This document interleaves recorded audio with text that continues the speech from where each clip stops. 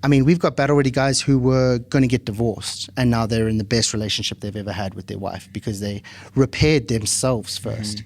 Every decision you make is a choice. It's a good or a bad choice. And once you start making more good choices and you stack more wins, like that shit bleeds into everywhere else. So the discipline that you learn in the gym, in your nutrition and everything else that you do here with us in the battle ready program, it starts showing up in other areas of your life as well.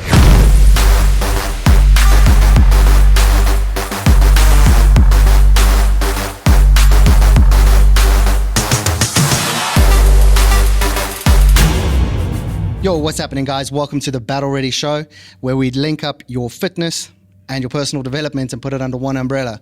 I'm here today with my good friend, Leighton. What's going on, my man? Thanks for having me. Thank you for being here. Absolutely, man. Absolutely. How you feeling today? It's the first YouTube show, so a little nervous. I'm not going to lie to you. It's all good. I'm telling you, repetition, just like anything in the gym, is going to come naturally after a while. Run it. Awesome, man. Awesome. What are we talking about today? So today I thought we would touch on like a little bit of a personal journey, how we got to where we are today. A little bit more about Battle Ready as well, but more in line of like who Byron is and why he came into the Battle Ready scene.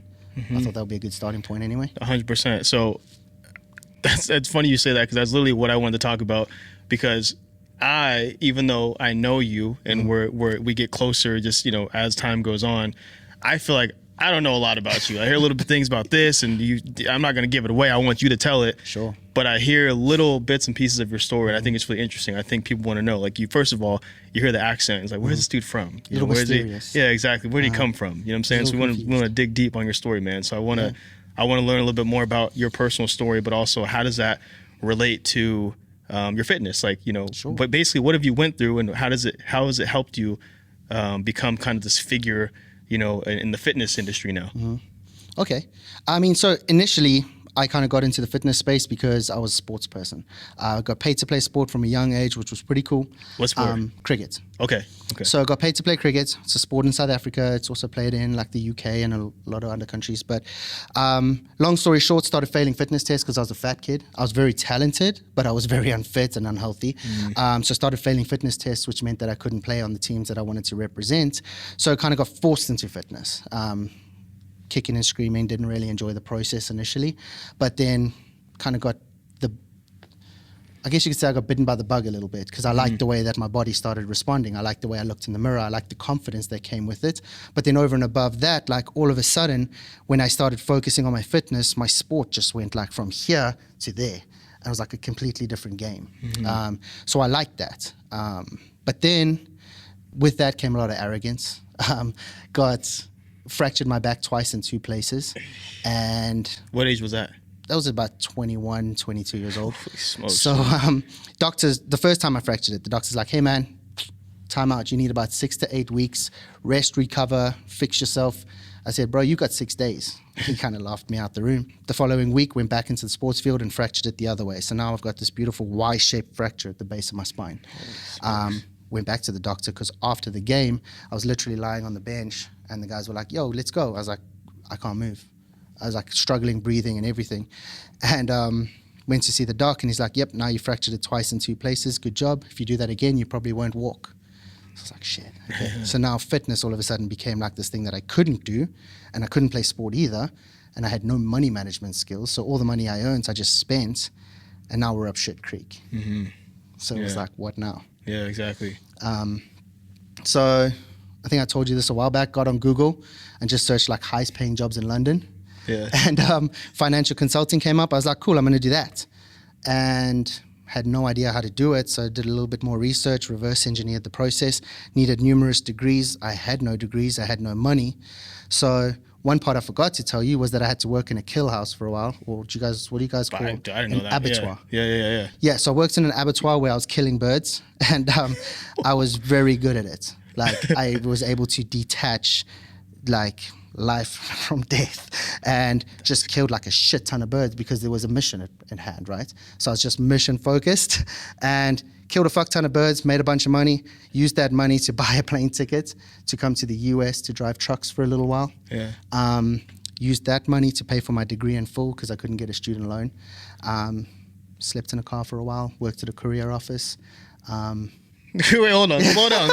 Let's talk about, this is crazy. I just told you right now, like, even though I know you, we talk all the time, whatever, I still didn't know a lot of the stuff. Dude, I didn't know you worked in a kill house before. I didn't know you, like, bro, all right, we just got to slow down for a second. All right, man. Okay, So, all right, so let's say, okay, afterwards, you said that first of all, what was the motivation to want to come to America anyways? Like, let's start there. Like, why here? Like, what was out here that you were like, you know what, I got to go there to do this? Couple things. I watched TV and I was like, America looks dope. So I wanted to come and see what you guys were doing. But over and above that, a good friend of mine came out here and drove trucks, and he made a lot of money doing it. So he was like, dude, you could go to America, drive some trucks, you could squirrel away a bunch of money and then use that money. I was like, yeah, that's a great idea. I know how to drive. So let's do it. So bought a plane ticket, came out here, drove some trucks for 9 or 10 months. Okay. Put a bunch of money in the back pocket, and then went back to the UK and started studying. But I didn't realize how expensive London was.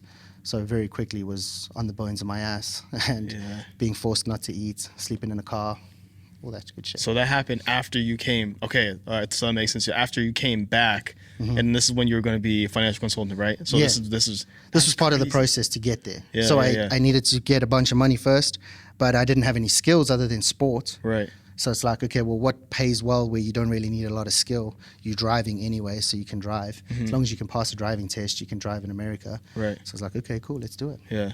So what part from you sleeping in the car and studying and working as a financial consultant, like where did fitness get tied into that as far as your story goes? So I got a gym membership because obviously I needed somewhere to shower and get clean and stuff. So I could get a gym membership for $9.99 a month. And the gym was open 24 hours. So I would go to the gym just to shower.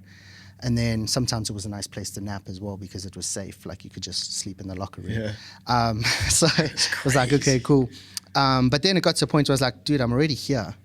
I might as well do what I can. Now, bearing in mind that the doctor in the back of my head was saying like, oh, if you can't exercise, you can't do this, you can't do that. Yeah. But I've already got this thing about doctors, and I can't remember if I told you this, but at 9 years old, I had kidney failure and I was in ICU for 10 days because the doctor said to my mom that I was faking it and that I just didn't want to go to school. But it turns out I was literally about to have like cardiac arrest and have a stroke because my toxicity level in my blood was so high. So she took me to a pediatrician. I was literally pissing blood and I was yellow. And he's like, you need to get him to hospital right now. He's like about to have a stroke. Yeah. My blood pressure. Like now it's serious, right? Yeah. I wasn't faking it. Yeah. Hey man, like I'm really fucked up. Oh, snap. Pretty big deal. So anyway, fast forward a bunch of years and I'm now like in the back of my head, I'm like, well, if that doctor was a fucking idiot, what if this doctor was an idiot as well? So it's like, well, let's just figure out what we can do. So school of YouTube, like learning stuff about strengthening my lower back. And then over and above that, I was like, okay, well, I can do like leg extensions. That doesn't hurt my back. So why don't I just train leg extensions? And then I can do leg curls and I can do this and that and the other. So we just started like learning the process, what hurts and what doesn't hurt. Do more of the stuff that doesn't hurt and less of the stuff that does hurt and build some strength. And because I was already in the gym to shower, I was like, well, let's just work out. So it just became part of who I was again. And then I started feeling more alive. Like when I was not training, I literally had no purpose. I was lost, confused, scared. I was just getting fatter. And like the fatter I got, the more I got overlooked. And like the less people respected me and I felt like I didn't belong. And it was just this vicious cycle of just like mental fuckery. It's like, okay, you can complain and bitch about it or you can figure something out. Yeah, so I like that you touched on that right now when you said how working out actually made you feel, because I wanted to ask you that. Sure. Maybe dig a little bit deeper in a second. But I want to know when it comes to like, because you're working as a financial consultant at this point, right? Not yet. So I'm still working at the courier company, driving a car. Okay, for sure. Yeah. So, but eventually you were, right? Like you got the degrees. Yeah, exactly. Yeah. And you accomplished it and you did it for a while. Yes, sir. How did that, like what changed to where now you're in the fitness industry and now you like left that behind and you said, you know what, this is going to be the new path that I choose to take. Like take us on that path a little bit. Like what was the disconnect when it came to that industry and then coming over here now? Sure. So, I mean, I got into the financial consulting space for all the wrong reasons. It was something that just paid a lot of money. And my goal was to take as much money out of your pocket and put it in my pocket as I could. If I could do that, banks would hire me because now I can take money out of your pocket and put it in their pocket, and then they pay me a commission or whatever. So it's like, okay, cool. I got very good at that. I was very proficient when it comes to like system design, process design, all that stuff. So I didn't really like who I was becoming, and I didn't really like what the entire space represented. I've got this thing, and I can't remember again if I've mentioned this to you before, but like I had this realization that like the 7-year-old me has to be proud of the guy I am. Like if he's not happy about who I'm growing up to be, what's the point? And when I thought back, I was like, dude, the 7-year-old me wouldn't be excited about basically just extracting a bunch of money from everyone that I can and self-serving rather than like helping other people. Right. Like my life didn't make anyone else's life better. Your life was worse off because I was so good at my job. Like that's not a good way to live. I didn't feel like I was adding value. I didn't feel like I had a purpose or a reason to be here. And in all honesty, I felt like if I kicked the buckets, the world would be a better place without me. And that was a pretty big realization to have. So I was like, fuck. So long story short, came out here and I did the project because I was morbidly obese. I was like nearly 300 pounds and miserable again. Not really focused on the fitness. I was more worried about making a shit ton of money. And business was good. I was good at what I did. But lost, confused, overlooked, all that shit again. So it was a case of, okay, what are we going to do about it? Get healthier, fitter, stronger. And I set a goal at the beginning of 2019. I want to be in the best mental and physical shape of my life. And you can obviously measure physical because it's like you just look at the man in the mirror and you're like, I like what I see or I don't. Right. Am I losing weight or am I gaining weight? You know, simple stuff. But how do you test your physical, your mental strength? I was like, okay, cool. So I listened to B on a podcast with Andy Frisella. I was part of Orate at the time. So I was like, I really like this guy. Like his story and my story were pretty similar. Foreigner, back against the wall, like stopping and starting over and over again, like For sure. Imposter syndrome, overcoming it and then getting hit with it again and overcoming it and self-sabotaging and all that same shit. Like being there, done that, got the t-shirt. So listened to that podcast and I was like, I like this guy. And for a while, I didn't see any of his content. I don't know if the algorithm just kind of screwed it up or whatever. But then one day I just got to the end of all my stories and I saw his story about the MDK project. And I was like, I have to do that. So I DM'd him. And like a couple of weeks later or a month later, I came out here, did the project, and decided at that very graduation dinner that I was shutting down my financial consulting business and I was moving to California. And everyone kind of thought I was crazy. I did too, to be fair. But the next day I phoned my accountant. I said, shut it down. I'm done. I'm moving to California. He's like, what are you going to do? I said, I don't know, but I'll figure it out. I had a little bit of a nest egg, like probably by just over 100 grand. So it's like I could last at least a year. So I have a year to figure out what the fuck to do next. But I know it's not going to be finance because I'm not adding value. So came out here, long story short, fell into this ecosystem, ran a gym for B for a while, really liked that. Like I could literally see people change. They would walk into the build, like you would see them turn up outside the building and they would be like depressed and sad and anxious and all the shit and carrying the weight of the world on their shoulders. But by the time they finished in my session, they would walk out like they were a god amongst men. Right. And I was like, I like that. I like doing that for people. I want to ask you this though, man. I don't want to cut you. I want to ask you this though. There's a pattern that I'm noticing when you're speaking, and there's a couple different things I think you know, but there's a pattern of that what you were doing before, like career-wise, you didn't feel like you were adding value. You didn't feel like you said you felt like the world might be a better place had you not been here. All these different things, value. But then now, where you're at now, you feel like you're adding value. You can see it. It's like a visual thing. I can see these guys changing. You know, they're gaining their confidence. They're just, all these different things, right?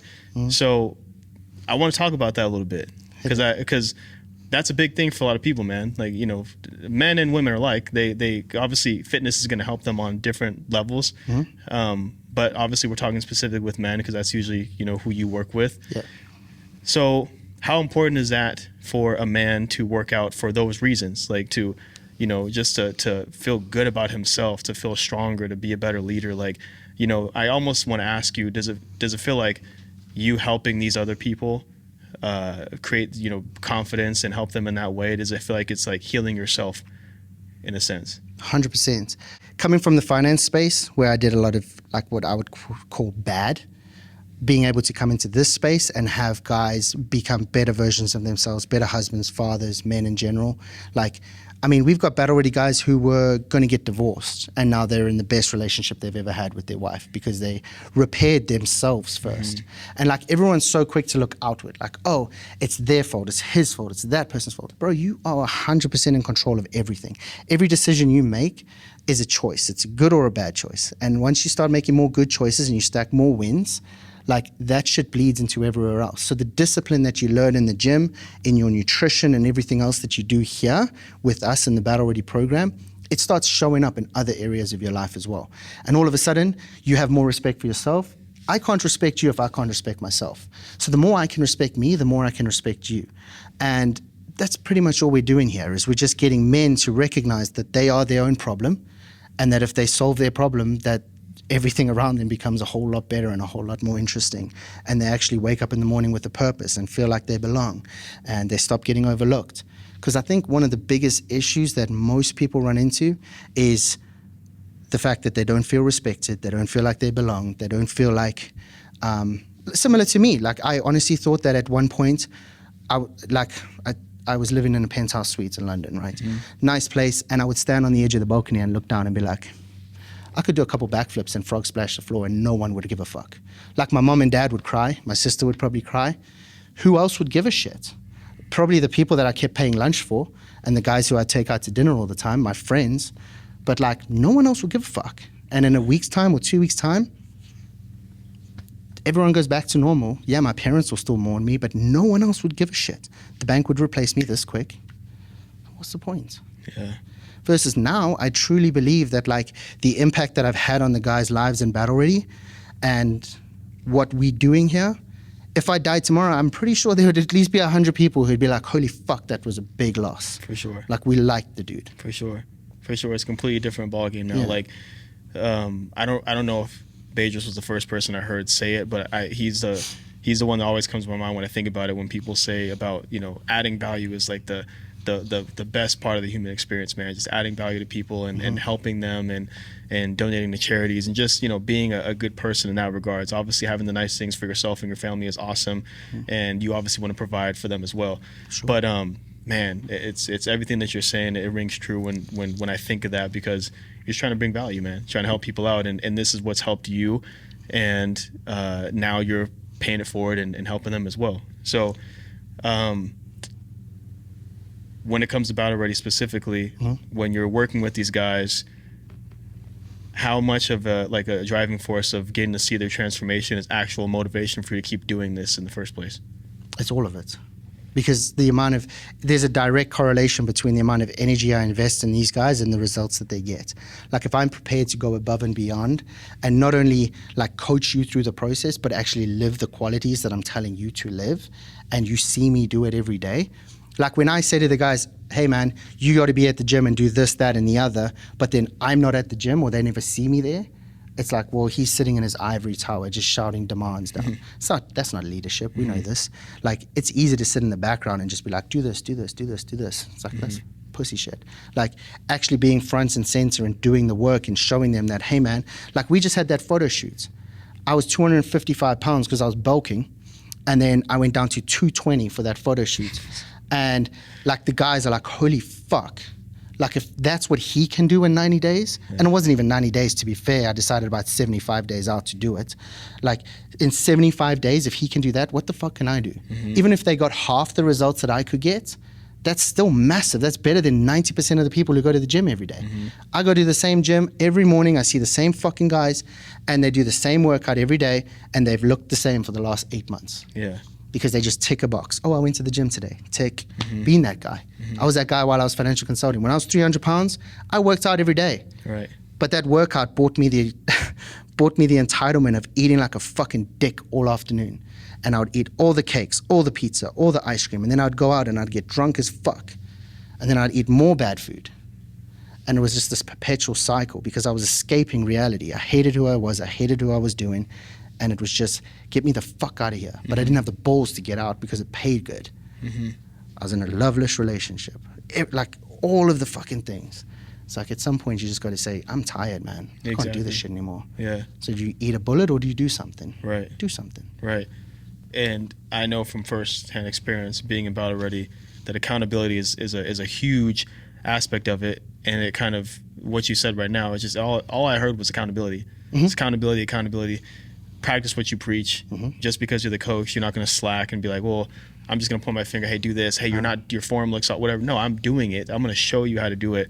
And you just watch. So you're basically, you've become the person, and then that's the best way to go about it. 'Cause in my opinion, anyways, because I see a lot of trainers who are probably not in the best shape. They could make a lot of changes, and I'm like, dang, bro, you're gonna be teaching them? Like, I don't know. Like, but you obviously are not doing that. Like, you want to be the person in the shoes, in the trenches with them, showing them how to do it, and having the body and the lifestyle, like you said, the relationships. It's not just the gym. Right. It's everything.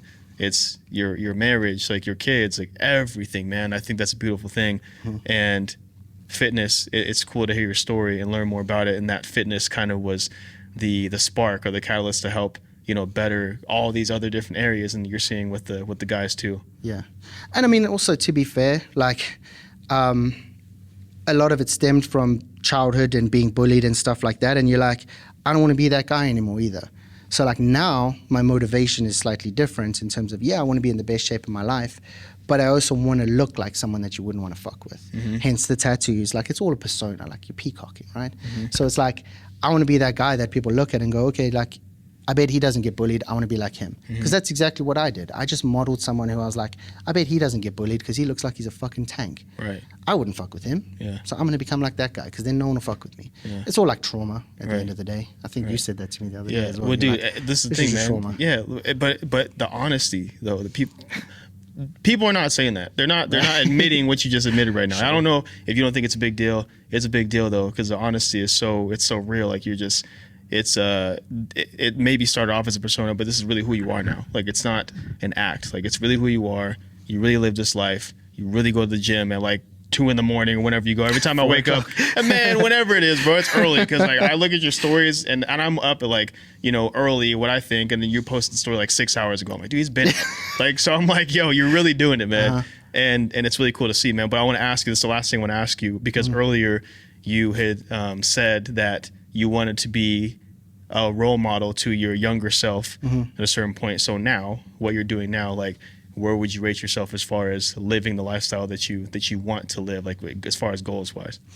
I mean, in terms of like the way I show up, I think he would be very proud. He'd be very impressed. Obviously, in terms of like overall success, I still measure success slightly differently because I'm still in that like that older mindset of like, I don't drive the supercars anymore. I don't have the penthouse suites. I don't have the fucking virtual golf in my apartment. So like that to me used to be success. That's and those things were things that you had. Right. It's okay. So it was like that was success to me. Whereas now I don't have that, but I've got a different level of success that I would have never been able to achieve or even maintain as Byron 1.0, who was driving the supercars and stuff. So it's like now I'm married. I have 2 kids. Like I would literally give the shirt off my back for my wife and my kids. I would, like, people do this all the time. They're like, I would take a bullet for my family. Dude, I would literally dive on a fucking sword for them. Quite happily, no questions asked. Byron 1.0, he didn't give a fuck about anyone else. It was about how much money can I make, how quickly can I make it, and how can I serve myself best.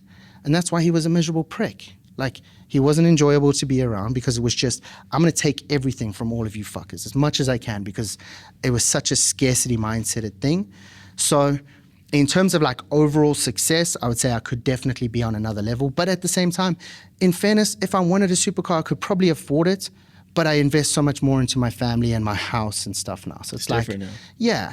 I mean, you can finance anything, dude. Like, you could buy a supercar and finance it for 10 years if you want to be that stupid. Like, I understand money now. I worked in finance long enough.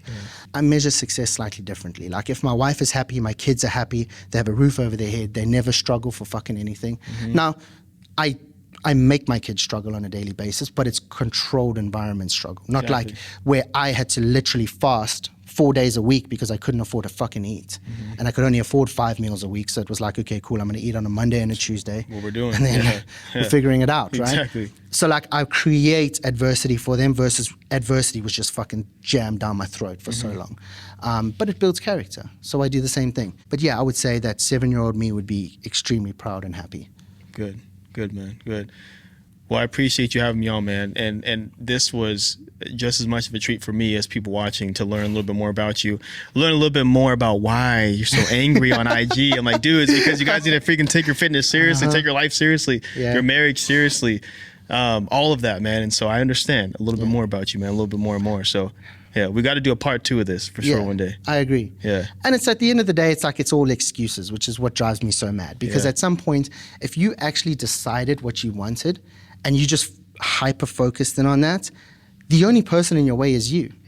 So it's the narrative that you tell yourself. It's the story you tell yourself. Once you get that all out the way, dude, if a kid that was literally a foreigner in the UK, he wasn't allowed a bank account, couldn't get a student loan, somehow figured out how to make a connection to make a bank account where it was completely illegal. There's no way I should have had a bank account.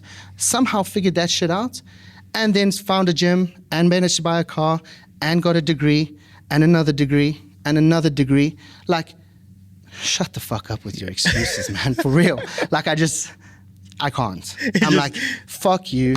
You just don't want it. Like, you're not hungry. You've never been hungry. You've never suffered. You've never wanted for anything. So you just chill. And you just sit out with your hands and you go, feed me. Fuck you. Feed yourself. Exactly. I love it. That's a clip in itself, man. I love it. I love it, man. Thanks a lot, man. I appreciate it. This is a good opportunity. And I'm excited to just all the episodes to come. Big things on the way. Thanks for joining us. See you guys next week.